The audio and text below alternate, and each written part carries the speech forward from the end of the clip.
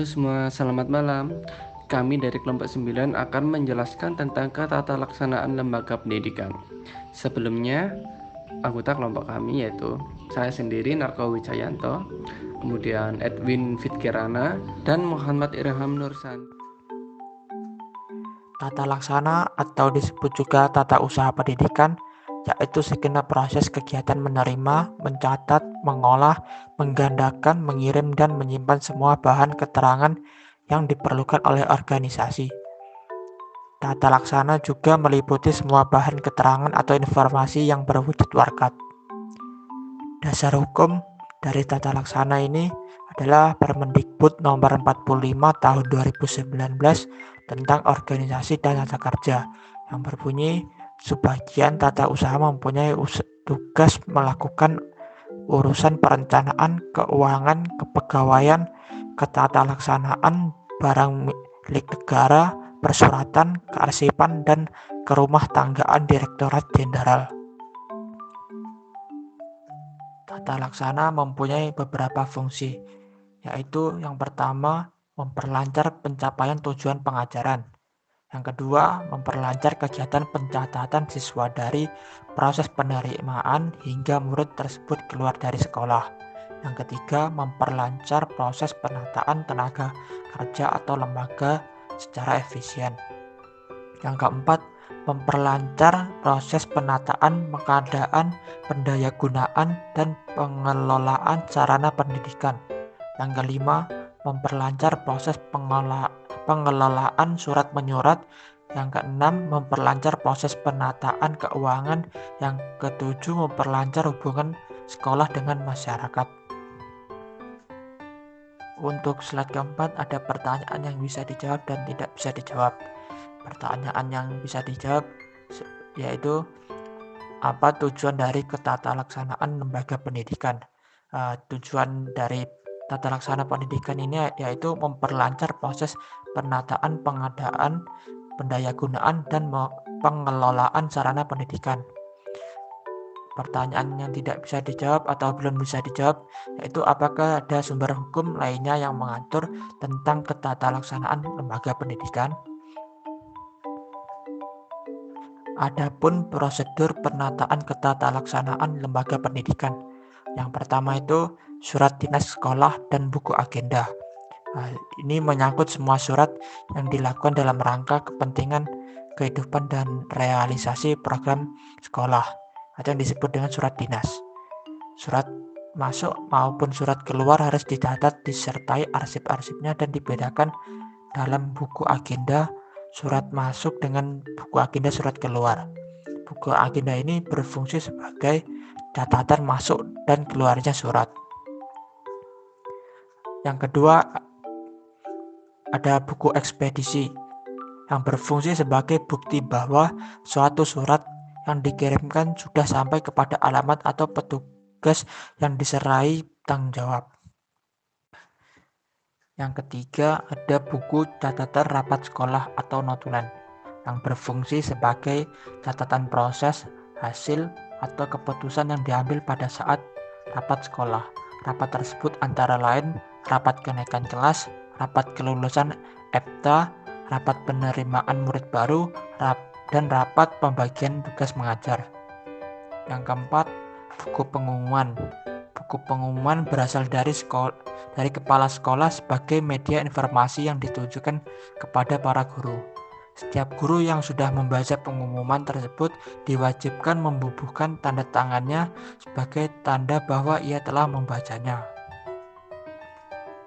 Jika pengumuman itu ditujukan kepada murid, buku pengumuman juga bisa dipakai, tetapi seorang petugas sekolah harus ditunjuk untuk membacakannya di setiap kelas atau melalui perwakilan kelas, kemudian disampaikan kepada teman-temannya. Yang kelima, kegiatan administrasi yang didindingkan. Kegiatan pencatatan atau pendataan yang kemudian hasil pencatatan tersebut dipasang atau ditempel pada dinding, baik dinding kelas maupun dinding kantor guru atau tata usaha sekolah. Berikut adalah pertanyaan yang bisa dijawab dan tidak bisa dijawab. Yang pertama, pertanyaan yang bisa dijawab, Apa fungsi dari prosedur penataan ketatalaksanaan lembaga pendidikan? Prosedur penataan ketatalaksanaan pendidikan mempunyai fungsi mempermudah dalam mengolah data guna menghindari suatu masalah dan sebagai bukti bahwa adanya ketatalaksanaan dalam lembaga pendidikan. Pertanyaan yang tidak bisa dijawab atau belum bisa dijawab adalah apa yang perlu diperhatikan dalam menyusun prosedur penataan ketatalaksanaan lembaga pendidikan.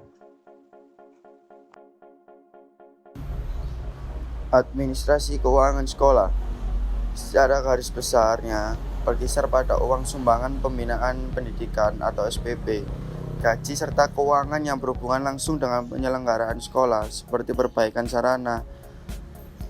Beberapa instrumen yang mencerminkan adanya kegiatan administrasi keuangan sekolah tersebut yaitu: yang pertama, administrasi pembayaran SPP. Pembayaran SPP dimaksudkan untuk membantu pembinaan pendidik seperti yang ditunjukkan pada putusan yang telah dibuat, yakni untuk membantu penyelenggaraan sekolah, perbaikan sarana, dan kegiatan supervisi. Yang kedua, administrasi keuangan yang berasal dari pemerintah, meliputi pembayaran gaji pegawai atau guru dan belanja barang. Untuk pertanggungjawaban uang tersebut diperlukan beberapa format dari daftar penerimaan gaji dan surat perintah mengambil uang. Yang ketiga, administrasi keuangan yang berasal dari BP3 atau Badan Pembantu Penyelenggara Pendidikan, bertugas untuk memberikan bantuan dalam penyelenggaraan sekolah, dapat berbentuk uang atau bentuk lain seperti perbaikan sekolah, pembangunan lokal baru, dan sebagainya. Berikut adalah pertanyaan. Yang pertama, apa fungsi dari administrasi keuangan sekolah? Yang kedua, bagaimana jika laporan uang masuk dan keluar tidak sesuai dalam administrasi sekolah?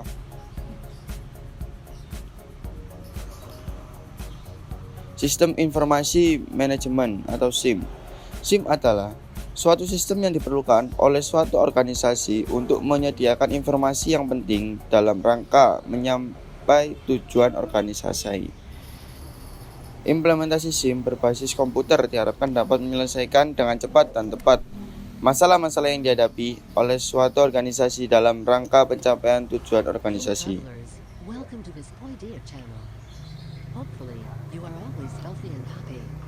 Onong Ujana Effendi membedakan 3 unsur dasar dalam sistem informasi manajemen berbasis komputer, yaitu yang pertama hardware, yang kedua software, yang ketiga brainware.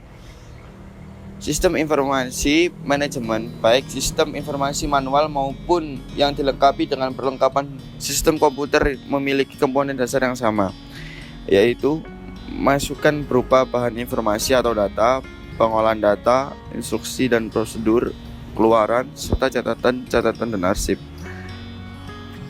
Berikut adalah pertanyaan. Yang pertama, seberapa penting peran hardware pada sistem informasi? Yang kedua, adakah teori atau dasar sistem yang lebih relevan selain materi di atas?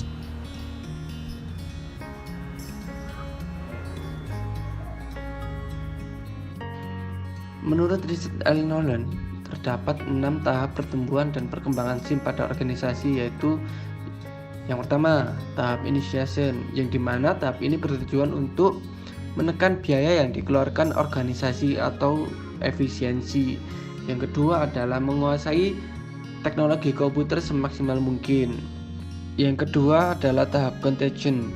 Tahap ini merupakan tahap pengelolaan data, namun setiap pemakai komputer menyiapkan sendiri-sendiri menurut seleranya masing-masing.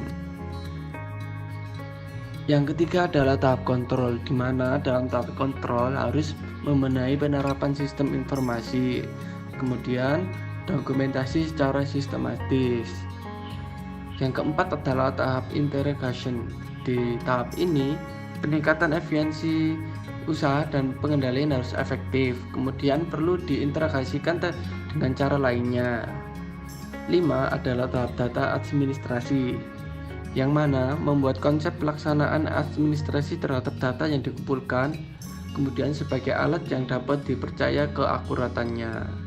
Yang keenam adalah tahap maturity, di mana tercapainya keseimbangan antara data yang digunakan bersama seluruh unit yang berkepentingan dengan data yang digunakan itu sendiri.